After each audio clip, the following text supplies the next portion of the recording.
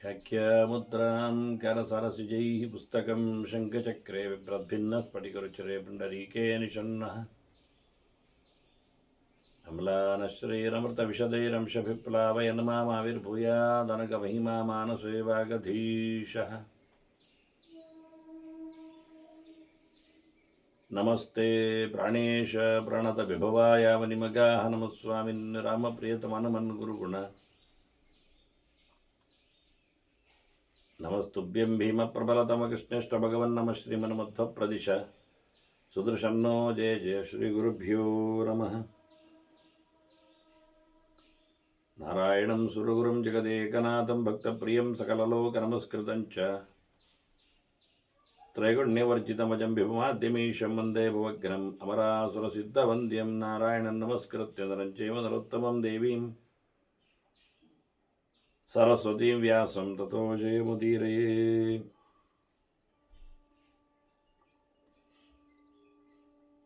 ವೇದವ್ಯಾಸುರ ಮಹಾಭಾರತದ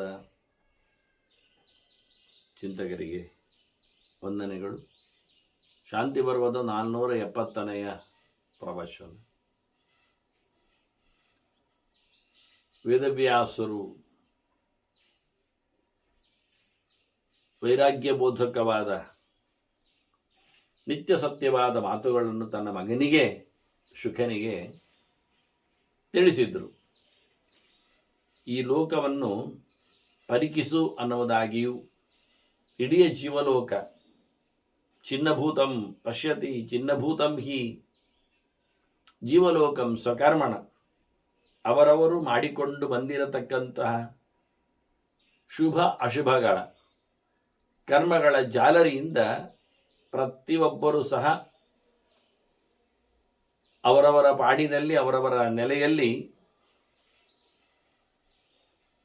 ವಿಭಿನ್ನವಾಗಿದ್ದಾರೆ, ಬಹಳಷ್ಟು ತತ್ತರಿಸಿದ್ದಾರೆ, ಸೋತು ಹೋಗಿದ್ದಾರೆ ಅನ್ನುವುದನ್ನು ನೋಡಬೇಕು ಅಂತಾರೆ.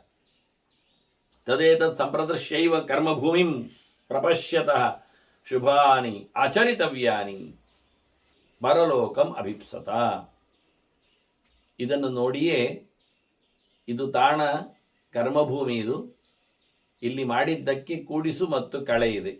ಇಲ್ಲೇನು ಒಳ್ಳೆಯದು ಮಾಡ್ತಾನೆ ಅವನಿಗೆ ಅದರ ಒಳ್ಳೆಯ ಲೋಕಗಳ ಸುಖಗಳ ಪ್ರಾಪ್ತಿ ಇದೆ. ಇಲ್ಲೇನು ಕೆಟ್ಟದ್ದು ಮಾಡ್ತಾನೆ ಅವನಿಗೆ ನರಕಾದಿ ಅನರ್ಥಗಳಿವೆ. ಹಾಗಾಗಿ ಈ ಕರ್ಮಭೂಮಿಯನ್ನು ಚೆನ್ನಾಗಿ ನೋಡಿಕೊಂಡಾಗ ಅರ್ಥ ಆಗ್ತದೆ. ಏನು ಕೇಳಿದರೆ ಒಳ್ಳೆಯದು ಮಾಡಬೇಕು ಅಂತ, ಆದಷ್ಟು ಬೇಗನೆ ಒಳ್ಳೆಯದು ಮಾಡಬೇಕು ಅಂತ. ಯಾವುದು ಒಳ್ಳೆಯದು ಅಂತ ಅನಿಸಿದೆ ತಿಳಿಸಿಕೊಟ್ಟಿದ್ದಾರೆ, ಶಾಸ್ತ್ರಕಾರರ ನೆಲೆ ಇದೆ, ಇದು ಕಾಣಲಿಕ್ಕೂ ಬರ್ತದೆ. ಆದ್ದರಿಂದ ಆದಷ್ಟು ಕೂಡಲೇ ಉತ್ತಮವಾದ ಸ್ಥಾನವನ್ನು ಪಡೆಯಲು ಸುಗನಾಗಿ ಒಳ್ಳೆಯದನ್ನು ಮಾಡಿ. ಕಾಲ ಯಾರನ್ನು ಕಾಯುವುದಿಲ್ಲ. ಕಾಲ ತನ್ನಷ್ಟಕ್ಕೆ ಪಕ್ವ ಆಗ್ತಾ ಇರ್ತದೆ, ಮನುಷ್ಯನನ್ನು ಪಕ್ವ ಮಾಡ್ತದೆ. ತಿಂಗಳು ಕಳೆದಾಗ ಹಣ್ಣುಗಳು ಮಾಗುತ್ತಾವೆ, ಗಿಡಗಳು ಚಿಗುರುತ್ತಾವೆ, ಹಾಗೆ ಬದಲಾವಣೆ ಆಗ್ತಾ ಇರ್ತದೆ. ಮಾಸರ್ತು ಸಂಜ್ಞಾ ಪರಿವರ್ತಕೇನ ಸೂರ್ಯಾಗ್ನಿನ. ಇಲ್ಲಿ ಬಿಸಿ ಮಾಡೋದು ಯಾವುದು ಕೇಳಿದರೆ ಬೆಂಕಿ ಅಲ್ಲ, ಸೂರ್ಯನೇ ಬೆಂಕಿ. ಇಲ್ಲಿ ಸೂರ್ಯ ಬರ್ತಾನೆ ಹೋಗ್ತಾನೆ, ಇದರಿಂದ ಒಂದು ಹಗಲನ್ನು ತೆಗಿತಾನೆ, ಒಂದು ದಿನವನ್ನು ಕಳೀತಾನೆ. ಹಾಗಾಗಿ ಸೂರ್ಯ ಎನ್ನತಕ್ಕಂಥ ಬೆಂಕಿಗೆ ಉರಿಲಿಕ್ಕೆ ಕಟ್ಟಿಗೆಯನ್ನು ಕೇಳಿದರೆ ರಾತ್ರಿ ದಿವೆಂದನೇನ, ಹಗಲು ರಾತ್ರಿಗಳೇ ಕಟ್ಟಿಗೆಗಳು. 2 ಕಟ್ಟಿಗೆ ಹಾಕಿದರೆ ಒಂದು ರಾತ್ರಿ ಒಂದು ಹಗಲು ಕಳೀತದೆ. ಹಾಗಾದರೆ ಅಂಥದ್ದೊಂದು 30-60 ಹಾಕಿದರೆ ಒಂದು ತಿಂಗಳೇ ಕಳೀತದೆ.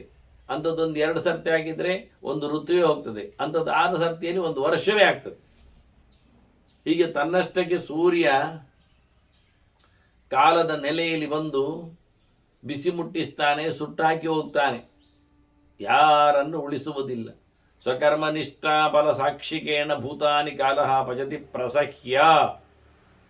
ಕಾಲನಾಮಕನಾಗಿ ಭಗವಂತ ಸೂರ್ಯನೊಳಗೆ ನಿಂತು ಹಗಲು ರಾತ್ರಿಯನ್ನು ಮಾಡ್ತಾ ವರ್ಷಗಳನ್ನು ಉರುಳಿಸ್ತಾ ಮನುಷ್ಯ ತಾನು ಮಾಡಿದ ಕರ್ಮದ ಸಾಕ್ಷಿಯಾಗಿರ್ತಾನೆ. ಇಡೀ ಜಗತ್ತನ್ನೇ ಆತ ಬಲಾತ್ಕಾರವಾಗಿ ಎಳ್ಕೊಂಡು ಹೋಗಿ ಎಲ್ಲರನ್ನು ಮುಗಿಸ್ತಾನೆ. ನನ್ನ ಹತ್ರ ದುಡ್ಡು ಉಂಟು, ಹೌದಾ? ಎಂತ ಮಾಡ್ತಿ ಕೇಳ್ತಾರೆ. ತಿನ್ನು, ಇಲ್ಲಾರೆ ಕೊಡು, ಅಷ್ಟೇ ತಾನೆ. ಧನೇನ ಕಿಂ ಎನ್ನದಾತಿ ನಾಶ್ನುತೆ. ಯಾರಿಗೂ ಕೊಡಲಿಲ್ಲ, ಹಾಗಾಗಿ ಅವನಿಗೆ ಮತ್ತೆ ಸಿಗುವುದಿಲ್ಲ, ಮತ್ತೆ ಚಿಂತನೆ ನೋಡೋದರದು. ಅವನು ತಿನ್ನುವುದಿಲ್ಲ, ಏನಾದರೂ ಮಾಡಿಕೊಂಡು ಅವನಿಗೆ ಕೊರಗಿ ಸಾಯ್ತಾನೆ. ದುಡ್ಡು ಏನು ಬರ್ತದೆ? ಏನು ಬರುವುದಿಲ್ಲ. ಯಾವುದೇ ಪ್ರಕಾರವಾದ ದುಡ್ಡುಗಳಿದ್ದರೂ ಅದನ್ನು ಉಪಯೋಗಿಸಿದರೆ ಲಾಭ, ಇಲ್ಲವಾದರೆ ಯಾರಿಗಾದರೂ ಕೊಟ್ಟರೆ ಅನುಕೂಲ, ಅದಲ್ಲದಿದ್ದರೆ ಅದು ಹಾಳಾಗಿ ಹೋಗ್ತದೆ. ಕಂಡಾವಡೆ ತೋಳಿನಲ್ಲಿ ಬಲ ಇದೆ, ಎಂತ ಮಾಡ್ತೀರಿ? ಬಲ್ಲೇನ ಕಿಂ ಏನ ರಿಪುಂ ನ ಬಾಧತೆ. ಆತ ಶತ್ರುವನ್ನು ಗೆಲ್ಲುವುದಿಲ್ಲ ಅಂತ ಇಟ್ಟುಕೊಂಡ್ರೆ ಅವನು ತಾಕತ್ತು ಪಡೆದು ಏನು ಉಪಯೋಗ ಆಗ್ತದೆ? ಹಾಗೆ ಶ್ರುತೇನ ಕಿಂ ಏನ ನ ಧರ್ಮಮಾಚರೇತ್. ಓದಿದ್ದಾನೆ, ತಿಳ್ಕೊಂಡಿದ್ದಾನೆ, ಕೇಳಿದ್ದಾನೆ, ಆದರೆ ಏನು ಒಳ್ಳೆಯದು ಮಾಡೋದಿಲ್ಲ, ಧರ್ಮ ಮಾಡೋದಿಲ್ಲ, ಜಪ ಮಾಡುವುದಿಲ್ಲ, ಪ್ರದಕ್ಷಿಣೆ ಬರುವುದಿಲ್ಲ, ನಿಯಮ ನಿಷ್ಠೆಗಳನ್ನು ನಡೆಸುವುದಿಲ್ಲ. ಗೊತ್ತುಂಟು ಹೇಳ್ತಾನೆ. ಬೆಳಿಗ್ಗೆ ಬೇಗ ಏಳುವುದಿಲ್ಲ, ಸ್ನಾನ ಮಾಡುವುದಿಲ್ಲ, ಗೊತ್ತುಂಟು. ಕೇಳಿ ಏನು ಪ್ರಯೋಜನ ಆಯಿತು? ಗೊತ್ತು ಮಾಡಿಕೊಂಡ ಬಳಿಕ ಅಲ್ಲ, ಕೇಳುವುದೇ ಇಲ್ಲ, ಗೊತ್ತೇ ಮಾಡುವುದಿಲ್ಲ. ಮಗು ಇರುವಾಗ ಅದಕ್ಕೆ ಬೋಧ ಬರುವುದಿಲ್ಲ, ಹೇಳಿದರೂ ಗೊತ್ತಾಗುವುದಿಲ್ಲ. ಅದಕ್ಕೆ ಗೊತ್ತಾದ ನಂತರ ಮತ್ತೆ ಪ್ರಯೋಜನ ಇಲ್ಲ. ಹಾಗೆ ಕಿಮಾತ್ಮನ ಯೋ ನ ಜಿತೇಂದ್ರಿಯೋ ವಶಿ. ಅವನು ಗಟ್ಟಿಗೆ ಇದ್ದಾನೆ, ದೇಹ ಇಟ್ಕೊಂಡಿದ್ದಾನೆ, ಅದ್ರ ಇಂದ್ರಿಯಗಳು ಯಾವುದನ್ನು ಕಂಟ್ರೋಲ್ ಮಾಡುವುದಿಲ್ಲ. ಪ್ರಯೋಜನ ಏನುಂಟು? ನಾವು ಕಣ್ಣಿನಲ್ಲಿ ನೋಡಿ ಹೋಗುವುದಿಲ್ಲ ಅಂತ ಇಟ್ಕೊಳ್ಳುವ, ಹೋಗ್ತಾ ಇದ್ದೇವೆ, ದೇಹ ಹೋಗ್ತದೆ ರಥದಾಗಿ. ಕಣ್ಣಿನಲ್ಲಿ ನೋಡಿ ಹೋಗುವುದಿಲ್ಲ, ನಾನು ಹೋಗುದೆ, ಏನಾಗ್ತದೆ ಯೋಚನೆ ಮಾಡಿ. ಹೊಂಡಕ್ಕೆ ಬೀಳ್ತಾನೆ. ಅದು ಒಳ್ಳೆ ಹೊಂಡ ಆದರೆ ಪ್ರಯೋಜನ ಇಲ್ಲ, ಮೇಲಕ್ಕೆ ಬರಬಹುದು ಸ್ವಲ್ಪ ಹೊತ್ತಿನಲ್ಲಿ. ದೊಡ್ಡ ಹೊಂಡ ಆದರೆ, ಗಲೀಜು ಹೊಂಡ ಆದರೆ ಎಲ್ಲಿರ್ತಾನೆ? ಅದೇನು ಹೋಗ್ತಾ ಇರುವವ ವಾಹನಕ್ಕೆ ಗುದ್ದಿದ್ರೆ ಏನಾಗ್ತಾನೆ? ಕೈಕಾಲು ಮುರಿದು ಬೀಳ್ತಾನೆ. ಅದು ನಾನು ಹೋಗ್ತಾ ಇರುವುದು ಹೇಳಿಕೊಳ್ಳುವುದಲ್ಲ, ದೇಹ ಇದೆ ಹೋಗುವುದಲ್ಲ. ದೇಹ ಇದೆ ದುಡಿಸಿಕೊಳ್ಳಬೇಕು, ಇಂದ್ರಿಯಗಳನ್ನು ಕಂಟ್ರೋಲ್ ಮಾಡಬೇಕು. ಕಣ್ಣು ಕಾಣ್ತದೆ ಅಲ್ಲಿ ಒಬ್ಬ ಪಟಾಕಿ ಹೊಡಿತಾ ಇದ್ದಾನೆ ಅಂತ, ಸೀದಾ ಹೋಗುದಾ? ಮೈಗೆ ಬೆಂಕಿ ತಾಗ್ತದೆ, ಕಿವಿ ಮತ್ತೆ ಪೊಟ್ಟೆ ಆಗ್ತದೆ. ಆದ್ರಿಂದ ಇಂದ್ರಿಯಗಳನ್ನು ತನ್ನ ಅಂಕೆಯಲ್ಲಿಟ್ಟುಕೊಂಡು, ಅದು ನಾನು ನೋಡಿದ್ದೇನೆ, ಆದರೂ ಕಾಲು ಹೇಳಿತು ಹೋಗುವ ಅಂತ, ಆಯ್ತು ಅಲ್ಲಿ ಬಿದ್ದು ಹೋಗ್ತಾನೆ, ಕಾಲು ಮುರಿದು ಹೋಗ್ತದೆ ಅಷ್ಟೇ, ಮತ್ತೆ ಅವರು ಕೊಟ್ಟಿದ್ದಾರೆ ಭಾರಿ ಚಂದವಾಗಿ, ಎಣ್ಣೆಯಲ್ಲಿ ಕರೆದೆಲ್ಲ ತಿನ್ನುವ ಅಂತ ಕಂಡಿತು, ತಿಂದದ್ದೆ. ಈಗ ಎಂತ ಆಗ್ತದೆ? ಮತ್ತೆ 4 ದಿನ ಉಪವಾಸ ಮಾಡಬೇಕಾಗ್ತದೆ. 1 ತಿಂದರೆ 4 ಉಪವಾಸ ಫ್ರೀ. ಯಾಕೆ? ಹೊಟ್ಟೆ ಸಾಯ್ತದೆ, ವಾಂತಿ ಬರ್ತದೆ, ನಿಲ್ಲುವುದಿಲ್ಲ. ಮತ್ತೆ ಮುಂದೊಂದು ಪ್ರಕರಣ ಹೇಳ್ತಾರೆ ಅವರು, ಒಂದರಿಂದ ಒಂದು ಏನೊಂದು, ವಾಂತಿಯಿಂದ ವಾಂತಿ, ಹಾಗೆ ಕ್ರಮ. ಅಶಾಂತಿಯಿಂದ ಅಶಾಂತಿ, ನೋವಿನಿಂದ ನೋವು. ಬೆನ್ನು ನೋವಾಗಿದೆ ಅಂತೇಳಿ ಅದಕ್ಕೆ ಮೂಲ ಮಚ್ಚಿ ಆತ ಮಲಗಿದ್ದಾನೆ, ಬೋರಲಾಗಿ ಮುಸುಂಡು ಕೆಳಗಾಗಿ.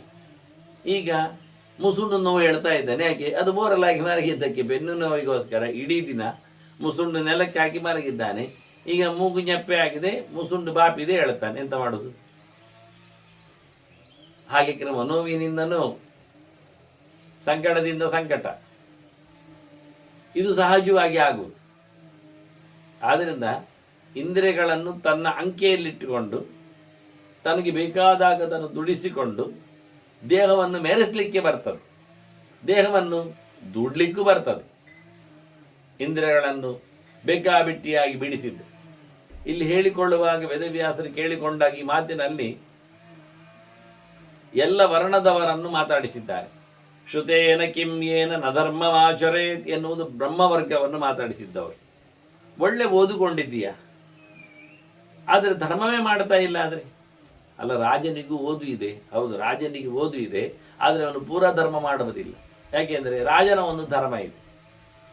ಅವೇನು ಮಾಡ್ತಾನೆ ಕೇಳಿದರೆ, ಕೆಲವೊಮ್ಮೆ ಶತ್ರುಗಳನ್ನು ಮೋಸದಿಂದಲೂ ಓಡಿಸಿಬಿಡುತ್ತಾನೆ. ಪ್ರಜೆಗಳಲ್ಲಿ ಸುಳ್ಳು ಹೇಳಿಯೂ ಕೆಲವೊಮ್ಮೆ ತನ್ನ ರಾಜ್ಯ ವಿಸ್ತಾರದ ವ್ಯವಸ್ಥೆಯನ್ನು ಮಾಡ್ತಾನೆ. ದುರ್ಭಿಕ್ಷೆ ಬಂದಾಗ ತಿನ್ನಲಿಲ್ಲದಿದ್ದಾಗ ಹೇಳಿಬಿಡುವುದಿಲ್ಲ, ಏನಿಲ್ಲ ತಿನ್ನಲಿಕ್ಕಿಲ್ಲ ಈ ಬಾರಿ ಅಂತ ಹೇಳಿಬಿಟ್ರೆ ಎಲ್ಲರೂ ಅವರವರಿಗೆ ಸಿಕ್ಕಿದಿರತಕ್ಕಂಥ ಸಂಪತ್ತನ್ನೆಲ್ಲ ಅವಿತಿಡ್ತಾರೆ. ಹಾಗಾಗಿ ಮತ್ತಷ್ಟು ತುಟ್ಟಿ ಆಗ್ತದೆ, ಲೋಕದಲ್ಲಿ ವಸ್ತುಗಳು ಇಲ್ಲ ಆಗ್ತದೆ. ಅಂದ್ರೆ ರಾಜ್ಯ ಮೌನ ವಹಿಸ್ತಾನೆ. ಈ ಸರ್ತಿ ಬರಗಾಲ ಇದೆ, ಹೆಚ್ಚು ಪ್ರೊಡಕ್ಷನ್ ಆಗಲಿಲ್ಲ, ಹಾಗಾಗಿ ಜನರಿಗೆ ಕಷ್ಟ ಆಗ್ತದೆ, ಹೇಳುವುದೇ ಇಲ್ಲ. ಹಾಗೊಂದೊಮ್ಮೆ ಹೇಳಿಬಿಟ್ರೆ ಎಲ್ಲರೂ ದಾಸ್ತಾನು ಮಾಡ್ತಾರೆ. ಸಹಜವಾಗಿ ಇಲ್ಲಿ ಬರವನ್ನು ಅವರು ಕ್ರಿಯೇಟ್ ಮಾಡ್ತಾರೆ. ಆಗ ಒಂದಕ್ಕೆ 4 ಪಟ್ಟು ದುಡ್ಡು ಬರ್ತದೆ. ಅದನ್ನು ಯಾರೋ ಮಾರ್ವಾಡಿಗಳು ಕೊಳ್ಳೆ ಹೊಡಿತಾರೆ. ಹಾಗಾಗಿ ರಾಜ ಏನು ಮಾಡದೆ ಪ್ರತಿ ಸರ್ತಿಯಂತೆ ಬರಬೇಕಾದ ದವಸ ಧಾನ್ಯಗಳನ್ನೆಲ್ಲ ತನಗೆ ಬೇಕಾದ್ದನ್ನು ತಾನು ತರಿಸಿಕೊಳ್ಳುತ್ತಾನೆ.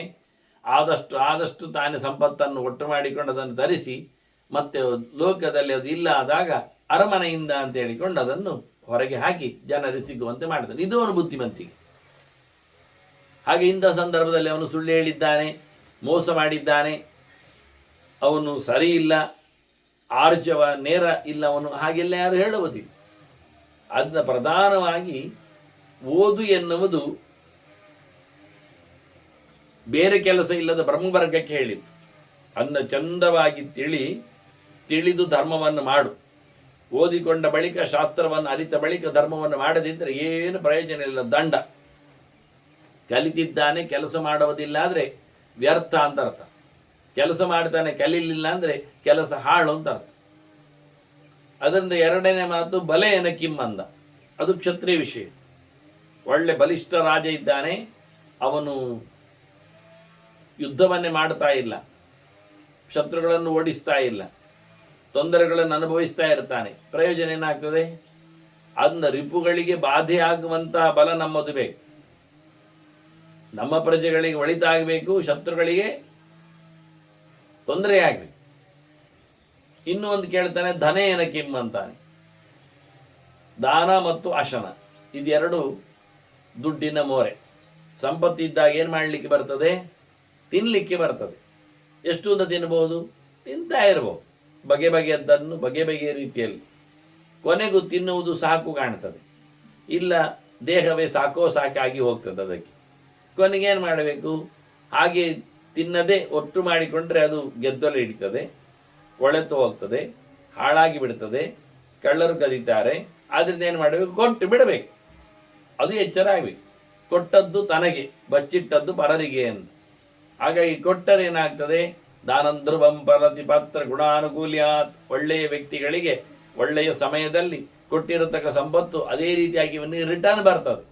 ಯಾವುದೋ ಪ್ರಕಾರದಲ್ಲಿ ಆಗವೋ ಮತ್ತೆಯೂ ಇನ್ನೊಮ್ಮೆಯೂ ಇರ್ತದೆ. ಹಾಗಾಗಿ ಇದು ದುಡ್ಡಿನ ವ್ಯವಸ್ಥೆ.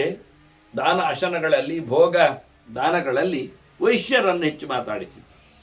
ವ್ಯಾಪಾರಿಗಳು ಅವರು ಸಂಪತ್ತಿನಲ್ಲಿ ಕೂತವರು, ಸಂಪತ್ತನ್ನು ಹಂಚಬೇಕು, ಇಲ್ಲ ಅದನ್ನು ಅನುಕೂಲಕರವಾಗಿ ಉಪಯೋಗಕ್ಕೆ ಇಟ್ಟುಕೊಳ್ಳಬೇಕು. ಇನ್ನು ದೇಹವನ್ನು ದುಡಿಸಿಕೊಳ್ಳುವಂಥದ್ದು, ಸರ್ವೀಸ್ ಮೋಟಿವ್ ಆಗಿರುವಂಥದ್ದು ಮುಂದಿನ ವರ್ಣದವರ ಕೆಲಸ. ಹಾಗಾಗಿ ದೇಹ ಇದೆ, ಒಳ್ಳೆ ರೀತಿಯಲ್ಲಿ ದುಡಿಸಿಕೊಳ್ಳುವ ಸಾಮರ್ಥ್ಯ ಇದೆ, ಆದರೆ ಮಾಡ್ತಾ ಇಲ್ಲ. ಅವನು ಯಾರ ಸೇವೆಯನ್ನು ನಡೆಸದೆ ಬೇಕಾಬಿಟ್ಟಿಯಾಗಿ ಅಲೆಮಾರಿಯಾಗಿದ್ದಾನೆ. ಅದು ಪ್ರಯೋಜನ ಆಗಲಿ. ಹೀಗೆ ಅವರವರ ವಿಶಿಷ್ಟವಾದ ಧರ್ಮಗಳನ್ನು, ವಿಶಿಷ್ಟವಾದ ಸಾಮರ್ಥ್ಯವನ್ನು, ವಿಶಿಷ್ಟವಾದ ಶಕ್ತಿಯನ್ನು ಉಪಯೋಗಿಸಿಕೊಂಡಾಗ ಬದುಕು ಹಸನಾಗ್ತದೆ ಅಂತ ಹೇಳಿ ವ್ಯಾಸರು ಶುಕನಿಗೆ ಉಪದೇಶ ಕೊಟ್ಟಿದ್ದಾರೆ. ಶುಕ ಬಹಳ ಚೆನ್ನಾಗಿ ಅದನ್ನು ಅರಿತುಕೊಂಡಿದ್ದಾನೆ. ಹೀಗಾಗಿ ಶುಕ ತಂದೆಯನ್ನೇ ಬಿಟ್ಟು ಹೊರಟ ಅಂತ ಹೇಳಿ ಭೀಷ್ಮರು ಕಥೆ ಹೇಳ್ತಾರೆ. ಅಂತ ಅದ್ಭುತವಾದಂಥ ವೈರಾಗ್ಯಕ್ಕೆ ಈ ಚಿಂತನೆಯ ವಿಸ್ತಾರವಾದ ಮುಖಗಳು ಮುಂದೆ ಬರ್ತವೆ. ಎಂ ಪ್ರವರಜಂತ ಮನಪೇತ ಅಪೇತ ಕೃತ್ಯಂ ಹೇಳುವ ರೀತಿಯಲ್ಲಿ ಭೀಷ್ಮರು ತಂದೆಯನ್ನು ಬಿಟ್ಟು ಹೊರಟ ಶುಕ ಅಂತ ತಿಳಿಸಿದ್ರು. ಧರ್ಮಜ ಪ್ರಶ್ನೆ ಕೇಳ್ತಾನೆ, ಶುಕರ ಬೆನ್ನೆ ಹಿಂದೆ ಹೋಗಲಿಲ್ಲ ಅವನಿಗೆ. ಇದೆಲ್ಲ ಕರ್ಮತಂತ್ರಗಳು, ದಾನ, ಅದು ಯಜ್ಞದ ಮುಖದಲ್ಲಿ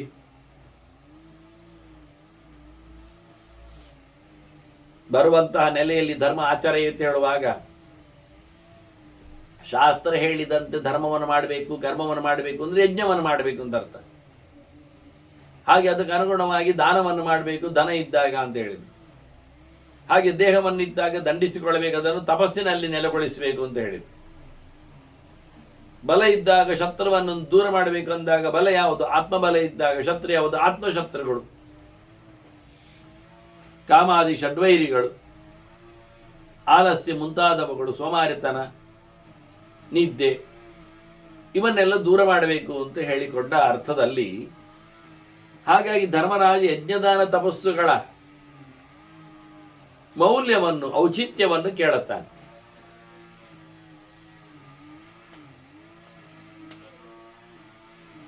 ಅದರೊಟ್ಟಿಗೆ ಗುರು ಶುಶ್ರೂಷೆಯ ಫಲವನ್ನು ಕೇಳುತ್ತಾನೆ. ದೊಡ್ಡವರನ್ನು ಒಳ್ಳೆಯ ರೀತಿಯಿಂದ ಗೌರವಿಸಿದಾಗ, ಮನ್ನಣೆ ಮಾಡಿದಾಗ, ಮಾನ ಮರ್ಯಾದೆ ಕೊಟ್ಟಾಗ, ಅವರ ಮಾತನ್ನು ಕೇಳಿ ನಡೆದಾಗ ಅನ್ನುವ ನೆಲೆಯಲ್ಲಿ ಕೇಳಿರ್ತಾನೆ. ಒಟ್ಟಾರೆ ದೊಡ್ಡವರ ಸೇವೆ ಎನ್ನುವ ಅರ್ಥದಲ್ಲಿ. ಆಗ ಭೀಷ್ಮರು ಅದಕ್ಕೆ ಉತ್ತರವನ್ನು ನೀಡುತ್ತಾರೆ. ಇಲ್ಲಿ ವಾಸ್ತವವಾಗಿ ಧರ್ಮರಾಜನ ಪ್ರಶ್ನೆ ಇರಲಿ, ಭೀಷ್ಮನ ಉತ್ತರ ಕೇಳಿಕೊಳ್ಳು. ಭೀಷ್ಮರು ಹೇಳ್ತಾರೆ, ಆತ್ಮನ ಅನರ್ಥಯುಕ್ತೇನ ಪಾಪೇ ನಿವಿಶತೆ ಮನಃ. ಮನುಷ್ಯನ ಮನಸ್ಸು ಪಾಪದಲ್ಲಿ ಸೇರ್ತದೆ, ಅದರಿಂದ ಪಾಪಕರ್ಮವನ್ನು ಮಾಡ್ತಾನವ. ಆತ್ಮನ ಅನರ್ಥಯುಕ್ತೇನ, ಜೀವ ಯುಕ್ತವಾದಂತಹ ಪದಾರ್ಥವನ್ನು ಪಡೆಯುವಲ್ಲಿ ಸೋಲ್ತಾನೆ. ಯಾಕೆ? ಮನಸ್ಸು ಅವನಿಗೆ ಕೆಟ್ಟದ್ದನ್ನು ಬೋಧನೆ ಮಾಡ್ತಾ ಉಂಟು, ಮಾಡಬೇಡ, ಹಾಗೆ ಮಾಡು ಅಂತ ಹೇಳಿ. ಹೀಗಾಗಿ ದೇಹವೂ ಹಾಳಾಗ್ತದೆ, ಜೀವನೂ ಹಾಳಾಗ್ತಾನೆ. ಕೆಟ್ಟ ಕೆಲಸ ಮಾಡುವ ಮೂಲಕ ದೇಹವೂ ಶಿಕ್ಷಾರ್ಹ ಆಗ್ತದೆ. ಅದನ್ನು ಒಪ್ಪಿಕೊಂಡಿರತಕ್ಕಂಥ ಜೀವನೂ ಸಹ ಅನ್ಯಾಯಗಾರನಾಗ್ತಾನೆ. ಅದರಿಂದ ಮನಸ್ಸು ಕೆಟ್ಟದ್ದನ್ನು ಹೇಳಿ ಕೆಟ್ಟದ್ದನ್ನು ಮಾಡಿಸುವಾಗ ಕೇಳಬಾರದು. ನ ಕರ್ಮ ಸಕರ್ಮ ಕಲುಷಂಕೃತ್ವ ಕ್ಲೇಶೇ ಮಹದಿದೀಯತೆ. ಮನಸ್ಸು ಕೆಟ್ಟದ್ದನ್ನು ಹೇಳುವ ಮೂಲಕ ಅವನು ಕೆಟ್ಟದ್ದು ಮಾಡಲಿಕ್ಕೆ ಹೋಗಿ ಬಹಳ ದೊಡ್ಡ ಗಂಡಾಂತರದಲ್ಲಿ, ತೊಂದರೆಯಲ್ಲಿ ಬೀಳುತ್ತಾನವ. ಮನುಷ್ಯ ಒಳ್ಳೆಯ ರೀತಿಯಿಂದ ಸಂಪತ್ತನ್ನು ಉಪಯೋಗಿಸಿಕೊಳ್ಳದೇ ಇದ್ದಾಗ ಅವನು ದರಿದ್ರನಾಗ್ತಾನೆ. ದುರ್ಭಿಕ್ಷಾದೇವ ದುರ್ಭಿಕ್ಷಂ, ಕ್ಲೇಶಾತ್ ಕ್ಲೇಶಂ, ಭಯಾದ್ ಭಯಂ, ಮೃತೇಭ್ಯ ಪ್ರಮದಾಯಾಂತಿ ದರಿದ್ರ ಪಾಪಕರ್ಮಣ. ಕೆಟ್ಟವರ ಕಥೆ ಹೇಗಿರ್ತದೆ ನೋಡಿ. ಕೆಟ್ಟ ಕೆಲಸ ಮಾಡಿದವರು ಒಳ್ಳೆಯವರಾಗಿರುವುದಿಲ್ಲ, ಶ್ರೀಮಂತರಾಗಿ ಬರುವುದಿಲ್ಲ. ಯಾವ್ಯಾವುದೋ ಪಾಪದ ಕರ್ಮದ ಲೇಷದಿಂದ ಯಾವ್ಯಾವುದೋ ವಿಕಾರಗಳಲ್ಲಿ ಹುಟ್ಟಿ ಬರ್ತಾರೆ. ದರಿದ್ರರಾಗಿ, ಅಂಗಾಂಗಗಳ ವಿಕಲರಾಗಿ, ಬುದ್ಧಿಶೂನ್ಯರಾಗಿ, ಅದು ಒಳ್ಳೆಯ ದೇಶದಲ್ಲಿ ಬರುವುದಿಲ್ಲ ಅವರು. ಹೀಗಾಗಿ ಏನಾಯಿತು? ವಾಸ್ತವವಾಗಿ ಕೆಟ್ಟ ಕೆಲಸ ಮಾಡುವವ ಮತ್ತೆ ಕೆಟ್ಟವನಾಗಿ ಹುಡುತ್ತಾನೆ. ಯಜ್ಞ ದಾನ ತಪಸ್ಸುಗಳು ಒಳ್ಳೆಯ ಕೆಲಸವನ್ನು ಮಾಡದೇ ಹೋದರೆ ಅದರಿಂದ ಅವನು ಕರ್ಮ ದೂರನಾಗಿ ದರಿದ್ರನಾಗಿ ಬರ್ತಾನೆ. ಅದರಿಂದ ಏನಾಯ್ತು? ಅವನು ಹುಟ್ಟಿದಾಗ ಸತ್ತಾಗ ಮತ್ತೆ ಪುನಃ ಇಂಥದ್ದೇ ಹಾಳು ಜನ್ಮದಲ್ಲಿ ಬಂದು ಸಾಯ್ತಾನೆ. ಅದನ್ನ ದುರ್ಭಿಕ್ಷೆಯಿಂದ ಒಳ್ಳೆ ರೀತಿಯಾದ ಪ್ರೋಗ್ರೆಸ್, ಅಭಿವೃದ್ಧಿ ಕಾಣುವುದಿಲ್ಲ, ಮತ್ತಷ್ಟು ಕೆಳಕ್ಕೆ ಹೋಗ್ತದೆ. ಅದರಂತೆ ದುಃಖದಿಂದ ಇನ್ನಷ್ಟು ದುಃಖ, ಭಯದಿಂದ ಮತ್ತಷ್ಟು ಭಯಕ್ಕೆ. ಆದರೆ ಸಜ್ಜನರು ಶ್ರದ್ಧದಾನಾಷ್ಟ ಶಾಂತಾಷ್ಟ ಧನಸ್ಥಾಹ, ದುಡ್ಡಿದ್ದವರು ದಾನವನ್ನು, ಯಜ್ಞವನ್ನು, ಕರ್ಮಗಳನ್ನೆಲ್ಲ ಮಾಡುವ ಮೂಲಕ ಶಾಸ್ತ್ರದ ಮೇಲೆ ಅವರಿಗೆ ಶ್ರದ್ಧೆ ಇದೆ. ಇಲ್ಲದವರು ಶ್ರದ್ಧೆಯನ್ನು ಕಳ್ಕೊಂಡಿರ್ತಾರೆ, ಶಾಸ್ತ್ರವನ್ನು ಒಪ್ಪಿರುವುದಿಲ್ಲ. ಹಾಗಾಗಿ ಶುಭ ಕಾರ್ಯನ ಒಳ್ಳೆಯದು ಮಾಡುವವರು ಅವರು ಉತ್ಸವಮ್ಯಾಂತಿ, ಸ್ವರ್ಗಾತ್ ಸ್ವರ್ಗಂ, ಸುಖಾತ್ ಸುಖಂ. ಅವರು ಮತ್ತೆ ಸುಖದಿಂದ ಸುಖಕ್ಕೆ, ಸ್ವರ್ಗದಿಂದ ಸ್ವರ್ಗಕ್ಕೆ ಪ್ರೋಗ್ರೆಸಿವ್ ಅವರ ಬದುಕಿನಲ್ಲಿ ಯಾವತ್ತೂ ಉತ್ಸವವೇ, ದೊಡ್ಡ ಸಂಭ್ರಮವೇ. ಹೀಗಾಗಿ ನೀವು ಏನಾಗಬೇಕು ಯೋಚನೆ ಮಾಡ್ತಿರೋದಾಗಲಿಕ್ಕೋಸ್ಕರ ಇದಾಗಲೇ ತಯಾರಾಗಲಿ ಅಂತಾರೆ. ನಿಮಗೆ ಬದುಕಿನಲ್ಲಿ ಉತ್ಸವ ಆಗಬೇಕಾ? ಒಳ್ಳೆಯ ಕರ್ಮಗಳನ್ನು ಮಾಡಿ.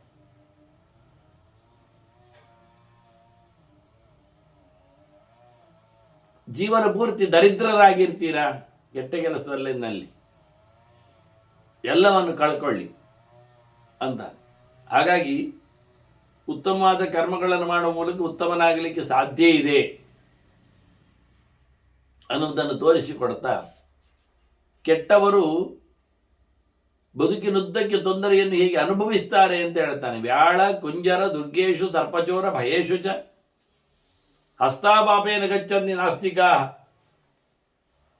ಕಿಮತಪ್ಪರ. ಅವನಿಗೆ ಉತ್ತಮ ಲೋಕ ಇಲ್ಲ, ಭಗವಂತನಿಗೆ ಸಾಗುವುದಿಲ್ಲವ. ಕೆಟ್ಟ ಕೆಲಸ ಮಾಡಿದವನನ್ನು ಅರಸು ಮನೆತನದಲ್ಲಿ ಏನು ಮಾಡ್ತಾರೆ? ಕೈಗೆ ಬೇಡಿ ಹಾಕಿ ಕರ್ಕೊಂಡು ಹೋಗ್ತಾರಲ್ವಾ. ಒಂದೋ ಹಿಂದಕ್ಕೆ ಕೈ ಕಟ್ಟಿ, ಹಿಂದೆಲ್ಲ ಹೆಡಮುರಿ ಕಟ್ಟಿ ಹೇಳುದು, ಹಿಂದಕ್ಕೆ ಕೈ ಮಾಡಿ ಕಟ್ಟಿ. ಅದು ಇವತ್ತು ವಿದೇಶಗಳಲ್ಲಿ ಕೆಲವು ಅಂತ ಪದ್ಧತಿಗಳು ಇವೆ. ಕೈ ಕಟ್ಟಿಯಾಗಿ ಕರ್ಕೊಂಡು ಹೋಗುವುದು ಅಂತ. ಇನ್ನು ಜೋರಾಗಿದ್ರೆ ಓಡ್ತಾನೆ ಅಂದ್ರೆ ಕಾಲಿಗೂ ಕಟ್ಟಿ ಹಾಕ್ತಾರೆ. ಆನೆಗಳನ್ನೆಲ್ಲ ಹಿಡಿದವರು, ಅದನ್ನು ದುಡಿಸಿಕೊಳ್ಳುವವರು, ಅದು ಮತ್ತೆ ಓಡಿಕೊಳ್ಳಬಾರದು, ಓಡಾಡಿಕೊಂಡು ಹೊಡೆದಾಡಬಾರದು ಹೇಳಿ ಅದರ ಕಾಲಿಗೆ ಸರಪಳಿ ಕಟ್ತಾರೆ.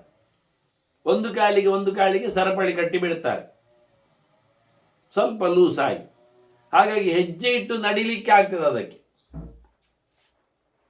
ಮೊದಲ 2 ಕಾಲಿಗೆ, ಹಿಂದಿನ 2 ಕಾಲಿಗೆ ಕೆಲವೊಮ್ಮೆ ಕಟ್ತಾರೆ, ಕೆಲವೊಮ್ಮೆ 2 ಕಾಲಿಗೆ ಮಾತ್ರ ಕಟ್ಟಿ ಬಿಡ್ತಾರೆ, ಸರಪಳಿ ಹಾಕಿರ್ತಾರೆ, ಅದಕ್ಕೆ ಓಡ್ಲಿಕ್ಕೆ ಆಗುವುದಿಲ್ಲ.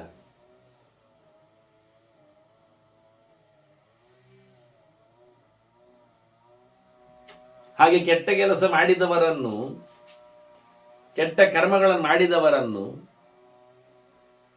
ಈ ಅವ್ಯಕ್ತವಾದಂತಹ ಹಗ್ಗದಿಂದ ಕಟ್ಟಿ ಹಾಕಿ ಅವರನ್ನು, ನಾಸ್ತಿಕರವರು, ಶಾಸ್ತ್ರ ವಹಿಸಿಕೊಳ್ಳದವರು, ಅವರನ್ನು ಎಳ್ಕೊಂಡು ಹೋಗ್ತಾರೆ. ಯಾವ ದಾರಿಯಲ್ಲಿ ಎಳ್ಕೊಂಡು ಹೋಗ್ತಾರೆ? ಕಳ್ಳನನ್ನು ಭಾರಿ ಚಂದವಾದ ದಾರಿಯಲ್ಲಿ ಕರ್ಕೊಂಡು ಹೋಗ್ತಾರೆ. ಹಾಗೇನಿಲ್ಲ. ಅವನಿಗೆ ಭಾರಿ ರಾಯಲ್ ವಾಹನ ಬರ್ತದೆ ಕರ್ಕೊಂಡು ಹೋಗ್ಲಿಕ್ಕೆ, ಅದೂ ಇಲ್ಲ. ಹಾಗಾಗಿ ಇಂತಹ ಧರ್ಮ ಮಾಡದವನು ಕಳ್ಳರು ತುಂಬಿದ ಕಾಡುಗಳಲ್ಲಿ ಹುಟ್ಟಿ ಬರ್ತಾರೆ, ತಿರುಗಾಡಲಿಕ್ಕೆ ಹೋಗ್ತಾರೆ. ಹಾವುಗಳು, ಕ್ರಿಮಿಕೀಟಗಳು, ವಿಷಜಂತುಗಳು ತುಂಬಿದ ಪ್ರದೇಶಗಳು ಅವನಿಗೆ ಸಿಗ್ತವೆ. ಭಯಾನಕವಾದಂತಹ ಸನ್ನಿವೇಶಗಳಲ್ಲಿ ಆತ ಬದುಕಬೇಕಾಗ್ತದೆ. ಅಷ್ಟೇ ಅಲ್ಲದೆ ಕ್ರೂರ ಮೃಗಗಳು, ಆನೆಗಳು, ಕೊರಕಲು ಬೆಟ್ಟಗಳು, ಇಂತಹ ಪ್ರದೇಶಗಳಲ್ಲಿ ಅನ್ಯಾಯ ಮಾಡಿದವರ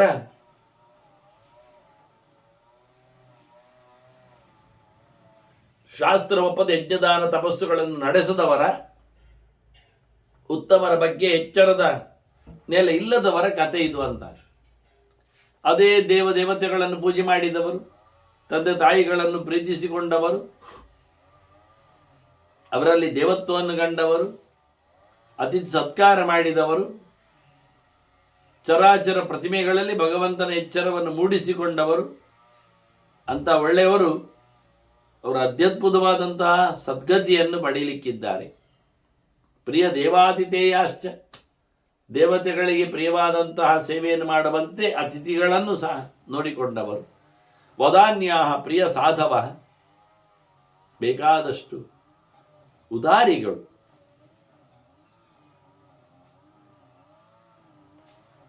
ಅದರಂತೆ ಒಳ್ಳೆಯದನ್ನು ನಡೆಸಿಕೊಡುವವರವರು. ಕ್ಷೇಮ ಆತ್ಮವತಾ ಪೂರ್ಣಮಾಸಿತಾ ಹಸ್ತ ದಕ್ಷಿಣ, ಅವರನ್ನು ಕೈ ಹಿಡಿದುಕೊಂಡು, ಬಲ ಕೈಯನ್ನು ಹಿಡಿದುಕೊಂಡು ಕರ್ಕೊಂಡು ಹೋಗ್ತಾರಂತೆ ನೋಡಿ. ಕೆಟ್ಟವರನ್ನು ಕೈ ಕಟ್ಟಿ ಕರ್ಕೊಂಡು ಹೋಗ್ತಾರೆ ಎಂದು ಹೇಳಿದರು, ಒಳ್ಳೆಯವರನ್ನು ಕೈ ಕೊಟ್ಟು ಕರ್ಕೊಂಡು ಹೋಗ್ತಾರೆ ನೋಡಿ.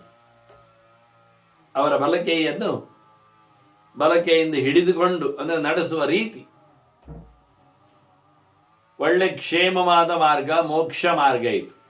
ಕ್ಷೇಮ ಅಂದರೆ ಮೋಕ್ಷ. ಅಕ್ಷರಗಳ ವಿನಿಮಯ ಕ್ಷೇಮ ಮೋಕ್ಷ ಅಂತ. ಅದು ಹಾಗೆ ಮೋಕ್ಷ ಮಾರ್ಗದಲ್ಲಿ ಕರ್ಕೊಂಡು ಹೋಗ್ತಾನೆ. ಆತ್ಯಂತಿಕವಾದ ಕ್ಷೇಮವೇ ಮೋಕ್ಷ ಅಲ್ವ. ಎಲ್ಲ ಪ್ರಕಾರದ ಮಂಗಳಾಗಬೇಕಾದ್ರೆ ಮೋಕ್ಷವನ್ನೇ ಅವ ಪಡಿಬೇಕು. ಈ ಧರ್ಮ ಇಲ್ಲದೇ ಇರತಕ್ಕಂಥ, ಮಾಡದೇ ಇರತಕ್ಕಂಥ ಮನುಷ್ಯರನ್ನು ಲೆಕ್ಕ ಎಲ್ಲಿ ತರ್ತಾರೆ ಕೇಳಿದರೆ ಅತ್ಯಂತ ವಿಚಿತ್ರವಾದ ಮಾತನ್ನು ಹೇಳ್ತಾರೆ. ಪುಲಕ ಇವ ಧಾನ್ಯೇಶು ಉತ್ಯಂಡ ಇವ ಭಕ್ಷಿಷು ತದ್ವಿದಾಸ್ತೆ ಮನುಷ್ಯೇಶು ಯಶಾನ್ ಧರ್ಮೋ ನ ಕಾರಣ. ಯಾರು ಆಸ್ತಿಕರಲ್ಲ, ಶಾಸ್ತ್ರ ಒಪ್ಪುವುದಿಲ್ಲ, ಧರ್ಮ ಮಾಡುವುದಿಲ್ಲ, ಪುಣ್ಯಭಾವಗಳ ಬಗ್ಗೆ ಎಚ್ಚರವನ್ನು ನಡೆಸಿಕೊಳ್ಳುವುದಿಲ್ಲ, ಅವರು ಪೊಟ್ಟು ಹೊಟ್ಟೆಯಾಗಿ ಅಂತಾನೆ. ಬುತ್ಯಂಡ ಕೊಳೆತ ಅಂಡ ಅಂದರೆ ಹಾಳಾದ ಮೊಟ್ಟೆ, ಅದು ತಿನ್ನಲಿಕ್ಕೂ ಆಗುವುದಿಲ್ಲ, ಮರಿಗೂ ಆಗುವುದಿಲ್ಲ. ಹಾಗೆ ಅದಕ್ಕೆ ನಾನು ಪೊಟ್ಟು ಮೊಟ್ಟೆ ಅಂತ ಕರೆದದ್ದು. ಅದನ್ನು ಇನ್ನೊಂದುಂಟು, ಪುಲಾಕೈವ ಧಾನ್ಯೇಶು ಅಂತ. ಧಾನ್ಯಗಳಲ್ಲಿ ಏನು ಇಲ್ಲದಿರ್ತದೆ, ದಡ್ಡಬಾರ್ ಅಂತ ಹೇಳ್ತಾರೆ. ಭತ್ತ, ಅದರೊಳಗೆ ಅಕ್ಕಿ ಇರುವುದಿಲ್ಲ, ಏನೇ ಇರುವುದಿಲ್ಲ. ಹಾಗೆ ಇಂಥದ್ದು ಇರ್ತದೆ, ಅಕ್ಕಿಯಲ್ಲಿ ಹೆಚ್ಚು ಬರುವಂಥದ್ದು ಕಲ್ಲಿಕ್ಕೆ. ಹೀಗಾಗಿ ಪುಲಾಕಾಯುವ ಧಾನ್ಯೇಶು ಅಂತ. ಧಾನ್ಯಗಳಲ್ಲಿ ಬೇರೆ ಧಾನ್ಯಗಳಲ್ಲಿ ಬೇರೆಯೂ ಸೇರಿಸ್ತಾರೆ. ಸೇರಿಸುವುದಕ್ಕಿಂತ ಧಾನ್ಯದಲ್ಲೇ ಇರತಕ್ಕಂತಹ ನಿರ್ಬೀಜವಾದ ನಿಸ್ಸತ್ವವಾದಂತಹ ವ್ಯವಸ್ಥೆಗಳು ಸರಿ ಇಲ್ಲ. ಅದನ್ನು ಈ ಮನುಷ್ಯರನ್ನು ಸರಿ ಇಲ್ಲ ಹೇಳ್ತಾರೆ. ಇವ ಉಪಯೋಗಿ ಇಲ್ಲದ ಭತ್ತದ ರಾಶಿಯಲ್ಲಿ ಕೆಲವು ಹೊಟ್ಟು ಮಾತ್ರ ಇರ್ತದೆ, ಅದರೊಳಗೆ ಅಕ್ಕಿ ಇರುವುದಿಲ್ಲ. ಹಾಗೆ ಅಕ್ಕಿ ಇಲ್ಲದ ಹೊಟ್ಟಿನಂತೆ ದರಿದ್ರರು, ಕೆಟ್ಟವರು, ಒಳ್ಳೆ ಕೆಲಸ ಮಾಡದವರಿದ್ದಾರೆ.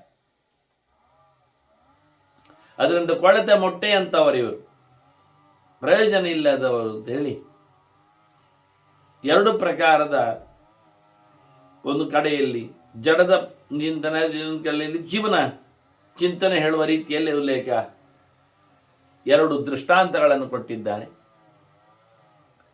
ಮನುಷ್ಯ ಮಾಡಿದ್ದನ್ನು ಖಂಡಿತವಾಗಿ ಪಡೆದೇ ಪಡಿತಾನೆ, ತಪ್ಪಿಸಿಕೊಳ್ಳಿಕ್ಕೆ ಆಗುವುದಿಲ್ಲ. ನಮಗೆ ಒಳ್ಳೆಯದು ಸಿಕ್ಕಿದ್ರೆ ಬೇಗ ಕಾಣ್ತದೆ, ಆಯ್ತಲ್ಲ, ನಿನ್ನೆ ಆಗಿತ್ತಲ್ಲ, ಏನು ಬರ್ತಾ ಇಲ್ಲ ನಮಗೆ ರಿಸಲ್ಟು ಅಂತೇಳಿ. ದೇವರ ಹತ್ತಿರದಿಂದ ನೆಲೆಗೊಂಡು ಒಳ್ಳೆಯದು ಮಾಡಿದಾಗ ಅವನು ಎಷ್ಟು ಬೇಗ ಮಾಡ್ತಾನೆ ಅಷ್ಟು ಬೇಗ ಅವನಿಗೆ ರಿಸಲ್ಟ್ ಬರ್ತದೆ. ಶುಶೀಘ್ರಮಪಿ ಧಾವಂತಂ ವಿಧಾನಂ ಅನುಶಾಸತಿ. ಅವನು ಮಾಡಿರತಕ್ಕಂಥ ಕರ್ಮದ ಏನೊಂದು ಫಲ ಇದೆ, ಅದು ಒಳ್ಳೆಯದೋ ಕೆಟ್ಟದೋ, ಹಾಳೋ ಅದು ಯೋಗ್ಯವಾದದ್ದು, ಅದನ್ನೆಲ್ಲವನ್ನು ಆತ ಪಡೆದೇ ಪಡಿತಾನೆ. ಮಾಡಿದ ಕರ್ಮದ ಫಲವನ್ನು ಖಂಡಿತ ಹಿಂಬದಿಯಿಂದ ಅವನು ಪಡೀಲಿಕ್ಕುಂಟು. ನಾನು ಓಡಿಕೊಂಡು ಹೋಗಿದ್ದೇನೆ, ನನಗೆ ಸಿಗುವುದಿಲ್ಲ ಹೇಳಿದರೆ ಅದು ಓಡಿಕೊಂಡು ಬರ್ತದೆ ಅಂತ.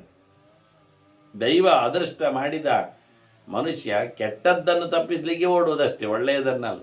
ಅದಕ್ಕೆ ಇವರು ಹಾಗೆ ಹೇಳಿದ್ದು, ಅನುಧಾವಂತಂ ಅಂತ ಹೇಳಿ.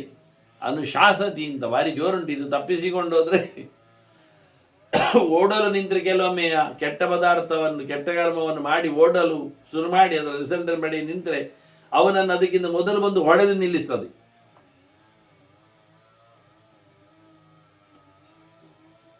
ಅದು ಯಾರು ಏನು ಎನ್ನುವುದು ಕರ್ಮಕ್ಕೆ ಗೊತ್ತಿದೆ, ಅವ ತಪ್ಪಿಸಿಕೊಳ್ಳಿಕ್ಕೆ ಆಗುವುದಿಲ್ಲ. ಆದ್ದರಿಂದ ಸುಶೀಘ್ರಮಭಿಧಾವಂತ, ಭಾರಿ ಜೋರಾಗಿ ಓಡ್ತಾ ಇದ್ರು ಅವನು ಮಾಡಿದ ಕರ್ಮ ಅವನ ಬೆನ್ನ ಹಿಂದೆ ಬಂದೇ ಬರ್ತದೆ. ಅದು ಕೆಟ್ಟದ್ದಾದರೂ ಬರ್ತದೆ, ಅದು ಪ್ರಧಾನ. ಒಳ್ಳೆಯದು ಬರುವುದನ್ನು ಕೆಲವರು ಒಪ್ಪುವುದಿಲ್ಲ, ಯಾಕೆ ಬರಬೇಕು ಅವರು ಅಂತ. ಕೆಟ್ಟದ್ದೊಂದು ಬರುವುದೇ ಇಲ್ಲ, ಅವರು ಕೊಟ್ಟು ಬಿಡ್ತಾರೆ ಹೋಗ್ತಾರೆ ಅಂತ. ಹಾಗಲ್ಲ, ಮಾಡಿದ ಕರ್ಮಗಳಲ್ಲಿ ಅವರು ಸೇರಿಕೊಂಡಿರ್ತಾರಲ್ಲ ಇಂದ್ರಿಯಗಳಲ್ಲಿ, ಅದರಿಂದ ಅವರು ಬಂದೇ ಬರ್ತಾರೆ.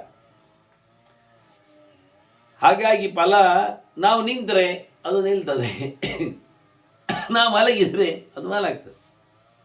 ಹಾಗೆ ಕ್ರಮ ಏನ ಏನ ಯಥಾಕೃತಂ ಛಾಯೇವ ಅನುವಿಧಿ. ಅದು ಮಾಡಿದ ಹಾಗೆ ಬರ್ತದೆ. ಹಿಂದೆ ಏನು ಮಾಡಿದ್ದಾನೆ, ಹಿಂದಿನ ಜನ್ಮಗಳಲ್ಲಿ ಏನು ಮಾಡ್ತಾನೆ ಅದನ್ನೇ ಪಡಿತಾನೆ. ಯಾವ ನೆಲೆಯಲ್ಲಿ ಮಾಡಿದ್ದಾನೆ ಆ ನೆಲೆಯಲ್ಲೇ ಪಡಿತಾನೆ. ತೊಂದರೆ ಆಗುವಂತೆ ಮಾಡಿದರೆ ತೊಂದರೆಯನ್ನು ಅನುಭವಿಸ್ತಾನೆ. ಅಹಿಂಸೆಯನ್ನು ಪಾಲಿಸಿದರೆ ಅಹಿಂಸೆ ಹಾಗೆ ಯಾವ ಪ್ರಕಾರದಲ್ಲಿ ನಿಂತಿದ್ದಾನೆ, ನಡೆಸಿಕೊಟ್ಟಿದ್ದಾನೆ, ಹಾಗೆಯೇ ಅವನನ್ನು ನೆರಳಿನಂತೆ ಅವನ ಬೆನ್ನ ಹಿಂದೆ ಬರ್ತದೆ. ನಾನು ಮಾಡಿದ ಕರ್ಮದ ಫಲ ಬೇಗನೆ ಸಿಗ್ತದೆ, ತಡ ಮಾಡುವುದಿಲ್ಲ. ಇದು ಒಬ್ಬನಿಬ್ಬರ ಕಥೆ ಅಲ್ಲ. ಭೂತಗ್ರಾಮ ಮಿಮಂ ಕಾಲ ಸಮಂತಾದಪಕರ್ಷದಿ. ಇಡೀ ಸುತ್ತಮುತ್ತಲಿನ ವ್ಯಕ್ತಿಗಳನ್ನೆಲ್ಲ, ಶಕ್ತಿಗಳನ್ನೆಲ್ಲ ಇದೇ ಕಾಲವು ಕೆಳದಾಗಿ ಬಿಡುತ್ತದೆ. ಕಾಲಧರ್ಮವನ್ನು ಖಂಡಿತವಾಗಿಯೂ ಪಾಲಿಸಲೇಬೇಕಾಗ್ತದೆ. ಅದು ಮನುಷ್ಯನನ್ನು ಕಾದುಕೊಂಡೇ ಇರ್ತದೆ, ಬಂದುಕೊಂಡೇ ಇರ್ತದೆ, ಬೆನ್ನ ಹಿಂದೆ ಇರ್ತದೆ. ಈ ಚಿಂತನೆಯನ್ನು ವಿಶೇಷವಾಗಿ ಭೀಷ್ಮರು ತೋರಿಸಿಕೊಟ್ರು. ಇಡೀ ಜಗತ್ತು ನೋಡಿಕೊಳ್ಳಿಕ್ಕೆ ಕಾಲದಲ್ಲಿ ಆಗುವಂಥ ಕಥೆ ಹೇಗೆ ಅಂತ. ಭೂತಗ್ರಾಮಿ ಕಾಲ ಸಮಂತಾತ್ ಅಪಕರ್ಷತಿ ಅಂತ. ಮಳೆ ಬಂದ ತಕ್ಷಣ ಮಳೆ ಬರ್ತದೆ. ಗಿಡ ಮರಗಳು ಬೆಳೆದವುಗಳು ಕೆಲವೊಮ್ಮೆ ನೀರಿನ ಒತ್ತಡಕ್ಕೆ ಸಿಲುಕ್ತಾವೆ, ಬಿಟ್ಟು ಹೋಗ್ತೇವೆ ಅಂತ ಹೇಳುವ. ಮತ್ತೆ ಬರಬೇಕಾದವರು ಅದೇ ಸಮನಾಗಿ ಬರಬೇಕಲ್ವ. ಹಾಗಾಗಿ ಇಡೀ ಜಗತ್ತಿನಲ್ಲಿ ಕಾಲವು ಬರುವಾಗ ಹೂವಿನ ಕಾಲಕ್ಕೆ ಹೂ ತಂದು ಕೊಡ್ತದೆ, ಹಣ್ಣಿನ ಕಾಲಕ್ಕೆ ಹಣ್ಣು ಮಾಡ್ತದೆ, ಚಿಗುರಿನ ಕಾಲಕ್ಕೆ ಚಿಗುರು ಕೊಡ್ತದೆ. ಕಾಲ ಕಾಯುವುದಿಲ್ಲ, ಕಾಲವಾದ ಗಮನಕೆಯನ್ನು ಕೊಟ್ಟೋಗಿರ್ತದೆ. ಹಾಗೆ ಮನುಷ್ಯನಲ್ಲಿ ಅದೇ ರೀತಿಯಾಗಿ ಆಗಬೇಕಾಗ್ತದೆ. ಕಾಲವನನ್ನು ಕಬಳಿಸಿ ಮಾಡಿದ ಹಾಗೆ ಅವನನ್ನು. ಮತ್ತೆ ಬದುಕಿನಲ್ಲಿ ಎಲ್ಲವೂ ಒಂದೇ ಪ್ರಕಾರ ಯಾವತ್ತು ಇರುವುದೇ ಇಲ್ಲ, ಬರ್ತಾ ಇರ್ತದೆ. ಸಮ್ಮಾನಶ್ಚ ಅವಮಾನಶ್ಚ ಲಾಭಾಲಾಭವು ಜಯಾಜಯವು ಪ್ರವೃತ್ತ ನ ನಿವರ್ತಂತೆ ನಿಧನಾಂತಹ ಪದೇ ಪದೇ. ಮನುಷ್ಯನ ತೆರಳುವಿಕೆಯವರೆಗೂ ಅವನಿಗೆ ಬರುವುದು ಒಂದೇ ಬರ್ತದೆ. ಸಮ್ಮಾನಗಳು ಕರ್ಮ ನೋಡಿಕೊಂಡು ಆಗ್ತಾ ಇರ್ತವೆ, ತಪ್ಪು ನೋಡಿಕೊಂಡು ಅವಮಾನ ಆಗ್ತಾ ಇರ್ತದೆ. ಮಾಡಿದ್ದರಲ್ಲಿ ಲಾಭ ಇರ್ತದೆ, ನಷ್ಟ ಇರ್ತದೆ, ಒಳ್ಳೆಯದಿರ್ತದೆ, ಕೆಟ್ಟದಿರ್ತದೆ.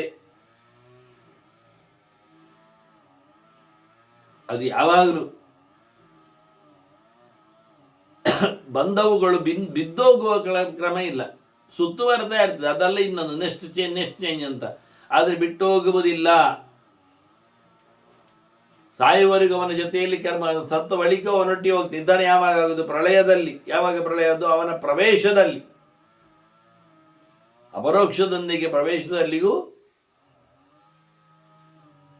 ಅವರ ಸಂಪರ್ಕಕ್ಕೆ ಇದು ಒಳಗಾಗಿರ್ತಾನೆ. ಆತ್ಮನಾವೀತಂ ಸುಖಂ, ಆತ್ಮನಾವೀತಂ ದುಃಖಂ, ಆತ್ಮನಾವೀತಂ ಸುಖಂ. ಜೀವನಿಗೆ ಸುಖ ದುಃಖಗಳ ಅನುಭವ ಇದೆ, ಅದು ಮನಸ್ಸಿನಿಂದ ಮಾಡಿಕೊಂಡು ಬಂದದ್ದು ಅಂತ ಗೊತ್ತಿದೆ. ದೇಹದಲ್ಲಿ ಅದರ ಧರ್ಮ ಇದೆ ಅಂತ ಗೊತ್ತಿದೆ. ಅದನ್ನು ಸುಖ ದುಃಖಗಳನ್ನು ಮಾಡಿಕೊಂಡವ ಅದಕ್ಕೆ ಮೂಲ ದೇಹ, ಜೀವ, ಮನಸ್ಸು.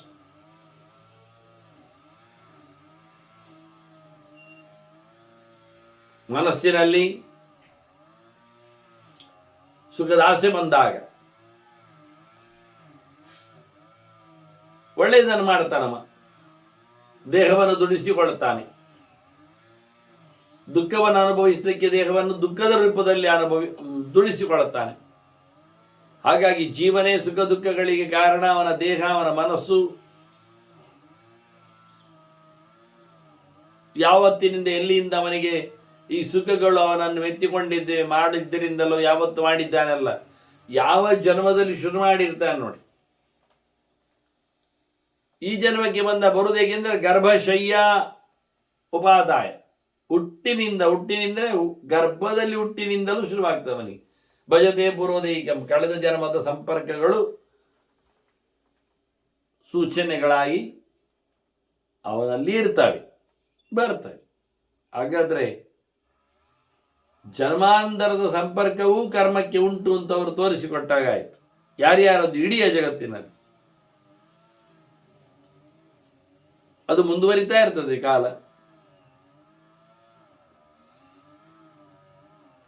ಅದರಂತೆ ಮನುಷ್ಯ ಕರ್ಮ ಮಾಡಿರ್ತಾನಲ್ಲ, ಆ ಕರ್ಮಗಳವನನ್ನು ಹುಟ್ಟಿದಂದಿನಿಂದ ಹಿಡ್ಕೊಂಡು ಬರ್ತದಲ್ಲ, ಒಳ್ಳೆದಾಗಿ ಕೆಟ್ಟದಾಗಿ. ಆದ್ರೆ ಇನ್ನೊಂದು ವಿಚಿತ್ರ ಅಂದ್ರೆ ತಸ್ಯಾಂ ಸ್ಥಾಯ ಭುಂಕ್ತೆ ಜನ್ಮನಿ ಜನ್ಮನಿ ಅಂತ.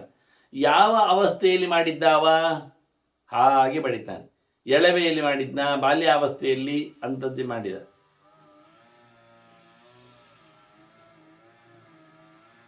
ಅದರಂತೆ ಯೌವನಾವಸ್ಥೆಯಲ್ಲಿ ಮಾಡಿದರೆ ಅದರಂತೆ ಪಡಿತಾ. ಮುದಿತನದಲ್ಲಿ ಮಾಡಿದ ಶುಭಾಶುಭ ಕರ್ಮಗಳಿಗೆ ಅವನು ಮುದುಕನಾಗಿಯೇ ಪಡಿತಾನೆ ಇನ್ನೊಮ್ಮೆ ಬಂದಾಗ. ಯಾಕೆಂದ್ರೆ ಅದರ ಸಾಂದ್ರತೆ ಗಟ್ಟಿತನ ಇರುವುದು ಆಗಲೇ, ಬೇರೆ ಕಡೆಯಲ್ಲಿ ಅಲ್ಲ. ಅನ್ಯಾಯ ಮಾಡಿದ್ದರ ಜನ್ಮಾಂತರದಲ್ಲಿ ತೊಂದರೆಯನ್ನು ಈ ಹೊತ್ತಿನಲ್ಲಿ ಈ ದೇಹ ಬಂದಾಗ ಅದು ಎರಡು ಬೆನ್ನಿಗೆ ಬಡಿಯುವ ಮೂಲಕ ಮುಗಿಯುತ್ತೆ ಹೇಳಲಿಕ್ಕೆ ಬರ್ತದ?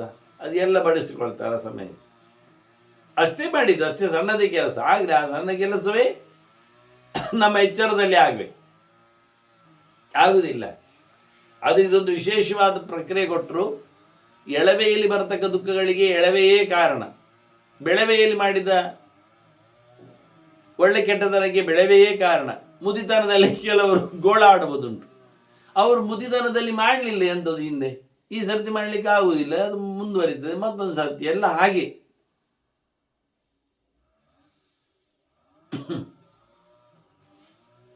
ಯಾವ ಯಾವ ಅವಸ್ಥೆಯಲ್ಲಿ, ಯಾವ ಯಾವ ವರ್ಣದಲ್ಲಿ, ಯಾವ ಯಾವ ಕಡೆಯಲ್ಲಿ, ಯಾವ ಯಾವ ರೀತಿಯಲ್ಲಿ ನಾವು ಕೆಲಸ ಮಾಡ್ತೀವಿ, ಅದಕ್ಕೆ ಅದುವೇ ಆದಂತಹ ರೀತಿ ರಿವಾಜುಗಳಿರ್ತವೆ. ಅದನ್ನು ತಪ್ಪಿಸಿಕೊಂಡು ಹೋಗುವುದಿಲ್ಲ. ಮಲಿನಂ ಹಿ ಯಥಾ ವಸ್ತ್ರಂ ಪಶ್ಚಾತ್ ಶುದ್ಧ್ಯತಿ ವಾರಿಣ. ಈಗ ಮಾಡಿದ್ದನ್ನು ಉಣ್ತಾನೆ ಹೇಳಿದಿರಿ. ಹಾಗಾಗಿ ಯಜ್ಞದಾನ ತಪಸ್ಸುಗಳ ಮಹತ್ವ ಗೊತ್ತಾಯ್ತು. ಮಾಡದೇ ಇದ್ರೆ ಸಿಕ್ಕಿ ಬೀಳ್ತಾನೆ ಅಂತಾಯ್ತು. ಅದಕ್ಕೆ ಪ್ರಾಯಶ್ಚಿತ್ತಗಳ ಬಗ್ಗೆ ಒಂದು ಮಾತನ್ನು ಹೇಳುತ್ತಾರೆ. ತಪ್ಪು ಮಾಡಿದರೆ, ಮಾಡದೇ ಇದ್ದದ್ದಕ್ಕೆ ಏನೋ ಒಂದು ಅನಿವಾರ್ಯವಾಗಿ ಅಂದಾಗ ಅದಕ್ಕೊಂದು ತಪ್ಪು ಮಾಡಲಿಕ್ಕೆ ಉಂಟು, ಇನ್ನೊಮ್ಮೆ ಮಾಡಲಿಕ್ಕೆ ಉಂಟು. ಯಾವಾಗ ಅಲ್ಲಿ ಹೇಗೆ ಬಟ್ಟೆಯ ಕೊಳೆಯನ್ನು ತೆಗಿಲಿಕ್ಕೆ ನೀವು ಒಗಿತೀರೋ ಹಾಗೆ ದೇಹವನ್ನು ಒಗಿಬೇಕು, ಕೊಳೆ ಹೋಗ್ಬೇಕು. ಎಲ್ಲಿಂಟು? ಉಪವಾಸದಲ್ಲಿ ಉಂಟು, ಒಳಗೆ ಕೂತಿದೆ. ಆದ್ದರಿಂದ ಉಪವಾಸ ಮಾಡುವ ಮೂಲಕ, ಉಪವಾಸೈಹಿ ವ್ರತ ವಾಸ್ತವವಾಗಿ ಅದು ಪ್ರದಪ್ತಾನಾಂ ದೀರ್ಘಂ ಸುಖವನಂತಕಂ. ಮನಸ್ಸಿನಲ್ಲಿ ದುಃಖ ಬೇಕು ಅವನಿಗೆ, ತಪ್ಪಾಯ್ತಂತಿರಬೇಕು. ಅಂತಹ ಸಂದರ್ಭದಲ್ಲಿ ಅವನಿಗೆ ವಿಶೇಷವಾಗಿ ಪ್ರಾಯಶ್ಚಿತ್ತ ಆದಾಗಿ ಆಗ್ತದೆ. ಪೂರಾ ಮಟ್ಟಿನಲ್ಲಿ ಅಲ್ಲ, ಅವನು ಪಶ್ಚಾತ್ತಾಪದಿಂದ ಮತ್ತೆ ಶುದ್ಧತೆಯನ್ನು ಪಡೀತಾನೆ. ವಾಸ್ತವವಾಗಿ ಉಪವಾಸಗಳು ದೊಡ್ಡ ಮಟ್ಟಿನ ವಾಸ್ತವವಾಗಿರತಕ್ಕಂತಹ ಪ್ರಾಯಶ್ಚಿತ್ತಗಳು.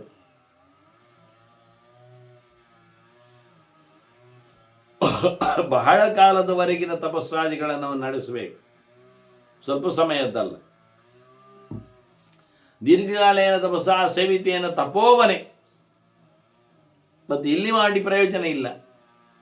ತಪಸ್ಸನ್ನು ತಪೋವನದಲ್ಲಿ ಮಾಡಬೇಕು. ಬೇರೆಲ್ಲಿಯೋ ಜನಜಂಗುಳಿಯಲ್ಲಿ ಕೂತದ್ದಕ್ಕೆ ನಾನು ಮಾಡಿದ್ದೇನೆ ಹೇಳಿ ಪ್ರಾಯಶ್ಚಿತ್ತದ ಸೊನ್ನೆತನ ಮಾಡಲಿಕ್ಕಿದ್ದು. ಈ ರೀತಿಯಾಗಿ ಕರ್ಮಗಳನ್ನು ಬಹಳ ಚೆನ್ನಾಗಿ ದೀರ್ಘಕಾಲದವರೆಗೆ ನಡೆಸಿಕೊಡಬೇಕು.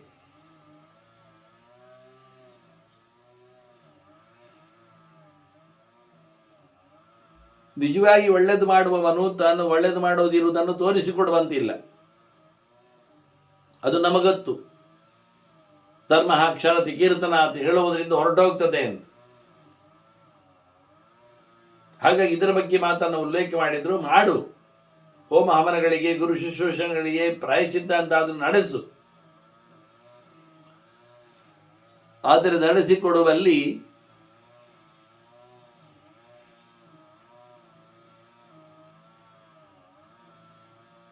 ಜನರಿಗೆ ತಿಳಿಯುವಂತೆ ಜನರು ಇದ್ದಲ್ಲಿ ಅಲ್ಲ, ಅದರದ್ದೇ ಆದ ನಾಡಿನಲ್ಲಿ ಕಾಡಿನಲ್ಲಿ ಯಾರು ಇಲ್ಲದ ನಿರ್ಜನವಾದ ಪ್ರದೇಶದಲ್ಲಿ ನಡೆಸಬೇಕಾದ್ದು.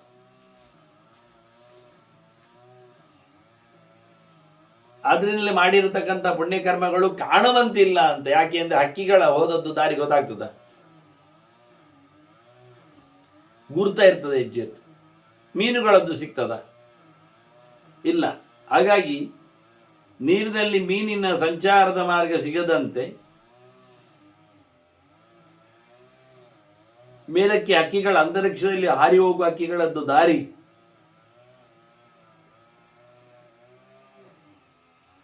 ನಮಗೆ ತಿಳಿಯದಂತೆ ಒಳ್ಳೆಯದು ಮಾಡುವವನು ಸಹ ಯಾರಿಗೂ ತಿಳಿಸದೆ ಒಳ್ಳೆಯದನ್ನು ಮಾಡಲಿಕ್ಕೆ. ಪದಮ್ಯದಾನ್ ಅದೃಶ್ಯೇತ ತಥಾ ಪುಣ್ಯಕೃತಾಂಗತಿ, ಪುಣ್ಯಾತ್ಮರ ಕೆಲಸವಾಗಿ ಅವರ ತೆರಳುವಿಕೆಯಾಗಿ ಎಲ್ಲಿ ಹೋದ್ರಿ ಏನೋದ್ರಿ ಯಾರಿಗೆ ಗೊತ್ತೇ ಆಗೋದಿಲ್ಲ. ಹಾಗಾಗಿ ಅತಿ ನಿಗೂಢವಾಗಿರತಕ್ಕಂಥ ವ್ಯವಸ್ಥೆ ಯಜ್ಞದಾನಾದಿಗಳ ಮುಖ್ಯವಾಗಿ ಗುರು ಶುಶ್ರೂಷೆಯ ಫಲ ಅನ್ನುವ ನೆಲೆಯಲ್ಲಿ ಉಲ್ಲೇಖ ಮಾಡಿದ್ದಾರೆ, ತಿಳಿಸಿಕೊಡ್ತಾರೆ. ಮತ್ತೆ ವಾಸ್ತವವಾಗಿ ಮಾಡಿದಕ್ಕಂಥ ಕರ್ಮ ಎಷ್ಟು ಚೆನ್ನಾಗಿರ್ಬೇಕು ಅಂದರೆ ಪೇಶಲಂಚ ಅನುರೂಪಂಚ, ಶಾಸ್ತ್ರಕ್ಕೆ ಒಗ್ಗುವಾಗಿರ್ಬೇಕು, ನಮ್ಮ ದೇಹಕ್ಕೆ ಹಿತವಾಗಿರ್ಬೇಕು, ನಮ್ಮ ಮನಸ್ಸು ಕೇಳುವಂತಿರ್ಬೇಕು, ನಮ್ಮ ಇಂದ್ರಿಯಗಳು ಸುತ್ತಮುತ್ತಲ ಸಮಾಜ ಎಲ್ಲ ಸರಿಯಾಗಿರುವಂತೆ ನಾವು ಮಾಡಲಿಕ್ಕೆ ಮಾಡುವ ಕರ್ಮಗಳಲ್ಲಿ ಬಹಳ ನಮ್ಮ ಪ್ರಯತ್ನವನ್ನು ಅದು ನಂಬ್ತದೆ. ಸ್ಕಿಲ್ನೆಸ್ ಅದರಿಂದ ಬಹಳ ಚಂದವಾಗಿ ಆಗಬೇಕು ಅಂತ ನಡೆಸಬೇಕಾದಂಥ ಕ್ರಿಯೆಗಳನ್ನು. ಪೇಶಲಂಚ ಅನುರೂಪಂಚ, ಶಾಸ್ತ್ರಕ್ಕೆ ಅನುಗುಣವಾಗಿರಬೇಕು, ಸಮಾಜಕ್ಕೆ ಒಪ್ಪಿಗೆ ಆಗಬೇಕು. ಅಂದರೆ ಶಾಸ್ತ್ರವನ್ನು ತಿರುಚಲಿಕ್ಕಿಲ್ಲ, ಅದು ನಿರಂತರವಾಗಿ ತನಗೆ ಒಳಿತಾಗಲೆಂಬ ನೆಲೆಯಲ್ಲಿ ಜೀವನಿಗೆ ಉದ್ಧಾರ ಆಗಬೇಕೆನ್ನೋ ಹಿನ್ನೆಲೆಯಲ್ಲಿ ಅದನ್ನು ನಡೆಸಿಕೊಡ್ಲಿಕ್ಕೆ ಇರುವಂಥದ್ದು. ವಾಸ್ತವವಾಗಿ ಹಿತ ಅಂದರೆ ಅದು ದೇಹಕ್ಕೆ ಹಿತ ಅಲ್ಲ, ಜೀವನಿಗೆ ಹಿತ. ಕರ್ತವ್ಯ ಮಿತ ಆತ್ಮನ. ಹೀಗೆ ಮುಖ್ಯವಾಗಿ ಆತನ ಪ್ರಶ್ನೆಗೆ ಉತ್ತರ ಕೊಟ್ಟ ಭೀಷ್ಮರು ಧರ್ಮರಾಜ ಮತ್ತೆ ಶುಕರ ಬಗ್ಗೆ ಕೇಳ್ತಾರೆ. ಇಲ್ಲಿ ನಡುವೆ ಶುಕಾಚಾರ್ಯರಿಗೆ ಕರ್ಮತಂತ್ರದ ಬಗ್ಗೆ ನೆನಪಿಸಿಕೊಟ್ಟದ್ರಿಂದ ಧರ್ಮರಾಜ ಕೇಳುವುದರಲ್ಲಿ ಅರ್ಥ ಇತ್ತು, ಸರಿಯೇ. ಆದರೆ ಧರ್ಮರಾಜ ಶುಕಾಚಾರ್ಯರ ಕಥೆಯನ್ನು ಹೇಳಿದ ಕೂಡಲೇ ಕೇಳಬಹುದಿತ್ತಲ್ಲ. ಅಂದರೆ ಆವತ್ತು ಅವನು ಸಂಜೆ ಆಗಿದೆ, ಕತ್ತಲಾಗಿದೆ ಅಂತ ಅರ್ಥ, ಶುಕನ ವೈಭವದ ಮಾತು ಕೇಳಿ. ಹಾಗಾಗಿ ಅದನ್ನು ಮರುದಿನಕ್ಕೆ ಕೇಳಲಿಕ್ಕೆ ಇಟ್ಟುಬಿಟ್ಟ. ಅದರಲ್ಲಿ ಒಂದು ಹೀಗಿರ್ಬೋದು, ಅದು ಕೇಳಿ ಭೀಷ್ಮನು ಮುಗಿಸಿದಾಗ ಒಂದು ಶಾರ್ಟ್ ಪೀರಿಯಡ್ ಇತ್ತು ಸಂಜೆ ಆಗಲಿಕ್ಕೆ. ಆಗ ಕೂಡಲೇ ಒಂದು ತ್ರಿಕರ್ಮಗಳ ಔಚಿತ್ಯದ ಬಗ್ಗೆ ಕೇಳಬೇಕು ಅಂತ ಅದನ್ನು ಕಂಡಿತು, ಕೇಳಿದ. ಈಗ ಮತ್ತೆ ಧರ್ಮರಾಜ ವಿಸ್ತಾರವಾಗಿ ಶುಕರ ಸಿದ್ಧಿಯನ್ನು ಕೇಳುತ್ತಾನೆ. ಹೊರಟೋದ್ರು ಶುಕರ್ ಹೇಳಿದ್ದಲ್ಲ, ಅವರ ಜನ್ಮದ ಬಗ್ಗೆ ಎಲ್ಲ ಹೇಳಲಿಲ್ಲಲ್ಲ, ಹುಟ್ಟಿದ್ದು ಕಥೆ ಗೊತ್ತಾಗ್ತಾ ಇಲ್ಲ ನಮಗೆ ಶುಕಾಚಾರ್ಯರದ್ದು, ನಮಗೆ ಅವರ ಯೋಗಚರ್ಯೆ ಅವೆಲ್ಲ ಬಹಳ ವಿಶಿಷ್ಟವಾದಂಥ ಮಹಾತ್ಮ್ಯ. ಆತ್ಮಯೋಗಂಚ ವಿಜ್ಞಾನಂಚ ಶುಕಸ್ಯತು, ಅವನ ಅರಿವಿನ ಎತ್ತರ, ಅವನ ಕರ್ಮತಂತ್ರಗಳು, ಇರುವ ವ್ಯವಸ್ಥೆ, ಏನಾದರೂ ವಿಶೇಷವಾದಂತಹ ವೇದವ್ಯಾಸನ ಮಗ ಅಜ್ಜ ವಿಜ್ಜ. ಆ ಲೆಕ್ಕದಲ್ಲಿ ಧರ್ಮರಾಜನಪ್ಪ ಪಾಂಡು, ಪಾಂಡುವಿನಪ್ಪ ವ್ಯಾಸ. ಹಾಗಾಗಿ ಅಪ್ಪನಂತೆ ಇವನಿಗೆ ದೊಡ್ಡಪ್ಪ ಇದ್ದಾಗೆ ಶುಕಾಚಾರ್ಯರು ಪಾಂಡವನಿಗೆ. ಅದರಿಂದ ಕೇಳ್ತಾನೆ, ನನಗೆ ಶುಕಾಚಾರ್ಯ ಜನ್ಮ ಹೇಳಬೇಕು, ಮಹಿಮೆ ಎಲ್ಲ ಹೇಳ. ಭೀಷ್ಮನ ಹೇಳ್ತಾರೆ, ಎಂಥದ್ದು ಮಾರೆಯ ದೊಡ್ಡವರ ದೊಡ್ಡತನವನ್ನು ಹೇಳುವಂಥದ್ದು ಅವರ ವರ್ಷದಿಂದ ಅವರನ್ನು ಗಮನಿಸುವುದಾ, ಅವರ ಮಂಡೆ ಹಣ್ಣಾಗಿದೆ ಅಂತ ನೋಡುವುದ, ನಾವು ಕೂದಲು ಬಿಳಿಯಾಗಿದೆ ಅಂತ ಯಾವುದರಲ್ಲಿ ನೋಡ್ಲಿಕ್ಕೆ ಆಗ್ತದೆ? ಅವ್ರು ನೋಡೋ ರೀತಿ ಹೇಗಿರುತ್ತದೆ? ಹಾಗೆ ದುಡ್ಡಿನಲ್ಲಿ ನೋಡುವ ಅವರನ್ನು ದೊಡ್ಡವರು ಅಳಿವಲಿಕ್ಕೆ ನೋಡುವ, ಅದು ಅವರಿಗೆ ಬಂಧುಗಳು, ಜನ ಸಮುದಾಯ, ಅದಕ್ಕೇನು ಹೇಳ್ತಾರೆ, ಇನ್ಫ್ಲುಯೆನ್ಸ್ ಜನ. ಅದರಿಂದ ಇಲ್ಲವ ನ ಹಾಯನೈ ನ ಫಲಿತೈ ನ ವಿತ್ತೈ ನ ಚ ಬಂಧುಭಿ ಋಷಯ ಚಕ್ರಿರೇ ಧರ್ಮಂ ಯೋನು ಚಾನಸ್ತನಮಃ. ಹಿಂದಿನವರೆಲ್ಲ ಉತ್ತಮವಾದ ಕೆಲಸವನ್ನು ಮಾಡುವುದು ಇಂಥವರದ್ದನ್ನೆಲ್ಲ ನೋಡಿ ಇಂಥವರಿಗೆ ಆಗಿಯಲ್ಲ, ಅಲ್ಲವೇ ಅಲ್ಲ. ಅದೆಲ್ಲ ದಾರಿಗಳು ಅವರು ತುಳಿದದ್ದು ಸರಿ ಇಲ್ಲ ಅಂತ ಅರ್ಥ. ಆ ಲೆಕ್ಕದಲ್ಲಿ ಅದು ಸಂಪರ್ಕ ಬೇಡ ಅಂತ ಅರ್ಥ. ಬೇರೆ ಮಾಡಿ, ಬೇರೆ ನೋಡಿ. ಅವರನ್ನು ವಿರೋಧಿಸಿದ್ದಲ್ಲ, ತನ್ನನ್ನು ತಾನು ಅವನನ್ನು ಉದ್ಧಾರ ಮಾಡಿಕೊಳ್ಳುವ ಬಗೆಯಲ್ಲಿ ಅದನ್ನು ನಡೆಸಿಕೊಡುತ್ತಾನೆ. ಹಾಗಾಗಿ ಇವೆಲ್ಲ ನಮಗೆ ಹಿಂದಿನಿಂದ ಬಂದಿರತಕ್ಕಂತಹ ಆಚಾರ ಪದ್ಧತಿ, ತಪಸ್ಸೆಲ್ಲಕ್ಕೆ ಕಾರಣ ಮಾರಾಯ. ತಪೋಮೂಲವಿದಂ ಧರ್ಮಂ, ತಪೋಮೂಲವಿದಂ ಸರ್ವಂ. ಅದು ಹೇಗೆ ಮಾಡು ತಪಸ್ಸು? ಇಂಥದ್ದು ಇಂದ್ರಿಯಾಣಿ ಸಂಯಮ್ಯ ತಪೋಭವತಿ ನಾಣ್ಯತ. ತಪಸ್ಸಾಗುವುದು ಇಂದ್ರಿಯಗಳ ನಿಯಮನದಲ್ಲಿ. ಎಲ್ಲ ಇಂದ್ರಿಯಗಳು ಹೊರಗೆ ಬಿಡದಂತೆ ಮಾಡಿದರೆ, ದೇವರಡೆಗೆ ಸಾಗುವಂತೆ ಮಾಡಿದರೆ ಮುಗಿದೇ ತಪಸ್ಸಾದಾಗಿ. ಅದು ಮುಖ್ಯವಾದದ್ದು ತಪಸ್ಸಿನ ಕತೆ. ಅಲ್ಲಿಂದಲೇ ಸಿದ್ಧಿ, ಅವನು ಸಿದ್ಧಪುರುಷನಾಗು. ಇಂದ್ರಿಯಾಣ ಪ್ರಸಂಗೇನ ದೋಷಂ ರುಚ್ಯತೆ ಅಸಂಶಯ. ಮನಸ್ಸು ಮತ್ತು ಜೀವ ಇಂದ್ರಿಯಗಳ ಜೊತೆಯಲ್ಲಿ ಹೊರಟ್ರೆ ಅವನು ಹಾಳಾಗ್ತಾನೆ, ಇಂದ್ರಿಯಗಳು ಹಾಳಾಗ್ತಾನೆ. ಆದರೆ ಮನಸ್ಸು ಇಂದ್ರಿಯಗಳನ್ನು ಅದುಮಿಟ್ಟು ಜೀವನ ಯೋಗ್ಯತೆಯಿಂದ ಅದನ್ನು ನಡೆಸಿಕೊಟ್ರೆ ಜೀವ ಉದ್ಧಾರ ಆಗ್ತದೆ, ಬೆಳಿತಾನು. ಹೀಗಾಗಿ ವಿಶೇಷವಾಗಿ ಇಂದ್ರಿಯಗಳ ಜಯವೇ. ಅಶ್ವಮೇಧ ಸಹಸ್ರಸ್ಯ ವಾಜಪೇಯ ಶತಸ್ಯ ಚ ಯೋಗಸ್ಯ ಕಲೆಯ ತಾತ ನತುಲ್ಯಂ ವಿದ್ಯತೆ ಫಲಂ. ನಾವು ತಪೋಯೋಗದಿಂದ, ಧ್ಯಾನ ಯೋಗದಿಂದ, ಕಾಮ್ಯಕರ್ಮ ಸನ್ಯಾಸದಿಂದಾಗಿ ಒಂದೊಮ್ಮೆ ಇದ್ದರೆ ಬಹಳ ದೊಡ್ಡ ಮಟ್ಟಿನ ಸಿದ್ಧಿಯನ್ನು ಪಡೀಲಿಕ್ಕೆ ಆಗ್ತದೆ. ಹೊರಗಿನಿಂದ ಅಶ್ವಮೇಧ ಯಾಗವನ್ನು 1000 ಗಟ್ಟಲೆ ಮಾಡಲಿ, ವಾಜಪೇಯಿ ಯಾಗವನ್ನು 100 ಗಟ್ಟಲೆ ಮಾಡಲಿ, ಇವೆಲ್ಲವೂ ಧ್ಯಾನ ಯೋಗದಲ್ಲಿ, ಭಕ್ತಿ ಯೋಗದಲ್ಲಿ, ಕಾಮ್ಯತಂತ್ರ ಕಾಮ್ಯ ಕರ್ಮಗಳ ತ್ಯಾಗದಲ್ಲಿ ಇದೆಲ್ಲ ಪಡೀಲಿಕ್ಕಾಗ್ತದೆ. ಆದ್ದರಿಂದ ಇವೆಲ್ಲ ಯೋಗದ ನೆಲೆಯಲ್ಲಿ ನೋಡಿಕೊಂಡ್ರೆ 14 ಒಂದು ಅಂಶವಲ್ಲ, 106 ಯಜ್ಞಯಾಗಗಳು. ಹಿಂದೆ ಮೇರು ಪರ್ವತ, ಅಲ್ಲಿನ ಕರ್ಣಿಕಾರವನ, ಆ ಕರ್ಣಿಕಾರ ಮಾಲೆಯನ್ನು ಹಾಕೊಂಡು ಶಿವ ಬರ್ತಾನೆ ಅಲ್ಲಿಗೆ. ಮತ್ತೆ ಶಿವನ ಗಣಗಳೆಲ್ಲ ಸೇರಿವೆ, ಪಾರ್ವತಿಯು ಬಂದಿದ್ದಾಳೆ, ವಸುರುದ್ರ ಆದಿತ್ಯರು, ಗಂಧರ್ವರ ಅಪ್ಸರೆಯರು, ನಾರದರು, ಪರ್ವತರು ಎಲ್ಲರೂ ಸೇರಿಕೊಂಡ ಸಮಯ. ಅಂತಹ ಮೇರು ಪರ್ವತದಲ್ಲಿ ವ್ಯಾಸರು ತಪಸ್ಸು ಮಾಡ್ತಾರೆ. ಪುತ್ರಾರ್ಥಂ ಉದ್ಯತ, ಮಗನನ್ನು ಪಡಿಬೇಕು. ಎಂಥ ಮಗ? ಪಂಚಭೂತಗಳ ಪವರವನ್ನಲ್ಲಿ ಬರಬೇಕು. ವೀರ್ಯೇಣ ಸಂಮಿತಃ ಪುತ್ರ ಮಮ ಭೂಯಾತ್ ಇತಿ ಸ್ಮ. ಪಂಚಭೂತಗಳ ಪವರ್ ಉಂಟು ಹೇಳಿದರೆ ಪಂಚಭೂತಗಳನ್ನು ಸೃಷ್ಟಿ ಮಾಡುವವ ರುದ್ರ. ಆದ್ರಿಂದ ರುದ್ರನ್ನೇ ಬರಬೇಕಾಯ್ತು ಅವನಿಗೆ. ಕೇಳಿದ್ದಾಗಿ ನನ್ನನ್ನು ಅವನು ಕೇಳಿತ್ತು, ಅದಕ್ಕೆ ಅನುಗುಣವಾಗಿ ಆಯಿತು ಅಂತ ಹೇಳಿ ಶಿವ ವರ ಕೊಡ್ತಾನೆ ಕೊನೆಗೆ. ಹೀಗೆ 100 ವರ್ಷಗಳ ಕಾಲ ದಿವ್ಯದಲ್ಲಿ ಮೌನ ವಹಿಸಿಕೊಂಡು ಗಾಳಿಯನ್ನು ಮಾತ್ರ ಸೇವಿಸ್ತಾ ವ್ಯಾಸರು ತಪಸ್ಸು ಮಾಡಿದೆ. ಯಾಕೆಂದರೆ ಒಳ್ಳೆಯ ಮಕ್ಕಳು ಬರಬೇಕಾದ್ರೆ ತಪಸ್ಸನ್ನು ಮಾಡಬೇಕು ತಂದೆ ತಾಯಿಗಳು ಅಂತ ತೋರಿಸ್ಬೇಕು ಅವನಿಗೆ. ಹಾಗೆ ಅದಕ್ಕೋಸ್ಕರ ತಾನು ಮಾಡದೆ ಜನ ಮಾಡುವುದಿಲ್ಲ. ಅದರಿಂದ ನರೇಶ ಜಾತ ನರವತ್ ಪ್ರವೃತ್ತಿ ಅಂತ ಹೇಳಿ ಮಾಡಿ ತೋರಿಸು. ಮತ್ತು ಜನರಿಗೆ ಸ್ವಲ್ಪ ಮೋಸ ಮಾಡು. ಮೋಸ ಅಂದರೆ ಎಲ್ಲರೂ ಕೊನೆಗೆ ವ್ಯಾಸರೇ ದೊಡ್ಡವರು ಹೇಳಿವೆ ಮಹಾಭಾರತವನ್ನೇ ಓದಲಿಕ್ಕೆ ಬರ್ತಾರೆ, ಕೆಟ್ಟವರು ಅದನ್ನು ನೋಡ್ತಾರೆ. ಮತ್ತೆ ಅದು ತಪ್ಪಬೇಕು. ವೇದವ್ಯಾಸ ಸಮ ಶಿವನನ್ನೇ ತಪಸ್ಸು ಮಾಡಿದ್ದಾರೆ ಅಂತ ಹೇಳಿಕೊಂಡು ತಿರುಗಿ ಹೋಗಿ ಶಿವನಲ್ಲೇ ತಪಸ್ಸು ಮಾಡಲಿಕ್ಕೆ ನಮ ಶಿವ ಹೇಳಲಿಕ್ಕೆ ಬೇಕು ಜನ. ಅದಕ್ಕೆ ವ್ಯಾಸರೇ ಹಾಗೆ ಮಾಡಿದ್ದು 100 ಗಟ್ಟಲೆ ವರ್ಷ. ನಿಮಗೆ ಯಾರು ಕತೆ ಹೇಳಿದ್ದು ಅಂತ ಹೇಳ್ತಾರೆ ಭೀಷ್ಮರು. ನನಗೆ ಮಾರ್ಕಂಡೇಯರ ಕತೆ ಹೇಳಿದ್ದಿತ್ತು ಎಲ್ಲ, ವ್ಯಾಸರ ತಪಸ್ಸಿನ ಕತೆ ಎಲ್ಲ ನೋಡಿ. ಅವನದ್ದು ಜಟೆ ನೋಡಿ ಭೀಷ್ಮರು ಹೇಳುದು. ಏತ ಅಸ್ಯಾಪಿ ಕೃಷ್ಣಸ್ಯ ತಪಸಾ ತೇನ ದೀಪಿತಾ ಅಗ್ನಿವರ್ಣ ಜಟಾಸ್ತಾತ ಪ್ರಕಾಶಂತೆ ಮಹಾತ್ಮನ. ಅವರು ತಪಸ್ಸು ಜೋರು ಮಾಡಿದ ಲೆಕ್ಕಾಚಾರದ ಮೈಯಲ್ಲಿ ಬಿಸಿಯದ್ದು ಜಟೆಗಳೆಲ್ಲ ಕೆಂಪು ಕೆಂಜಡೆಗಳಾಗಿ ನಿಂತಿವೆ ನೋಡಿ. ಈಗಲೂ ಕಾಣ್ತದೆ ನೋಡಿ. ಈಗಲೂ ವೇದವ್ಯಾಸರ ಜಟೆ ನೋಡಿ. ಜನರಿಗೆ ವೇದವ್ಯಾಸರ ಚಿತ್ರ ಮಾಡಲಿಕ್ಕೆ ಬರ್ತದೆ, ಅದನ್ನು ಕಪ್ಪೋ ಬಿಳಿಯ ಮಾಡ್ತಾರೆ. ನಿಜವಾಗಿ ಅವ್ರ ಜಟೆ ಇರೋದು ಕೆಂಪು ಹಳದಿ ಬಣ್ಣ. ಅದು ಕತೆ ಕೇಳುವುದಿಲ್ಲ.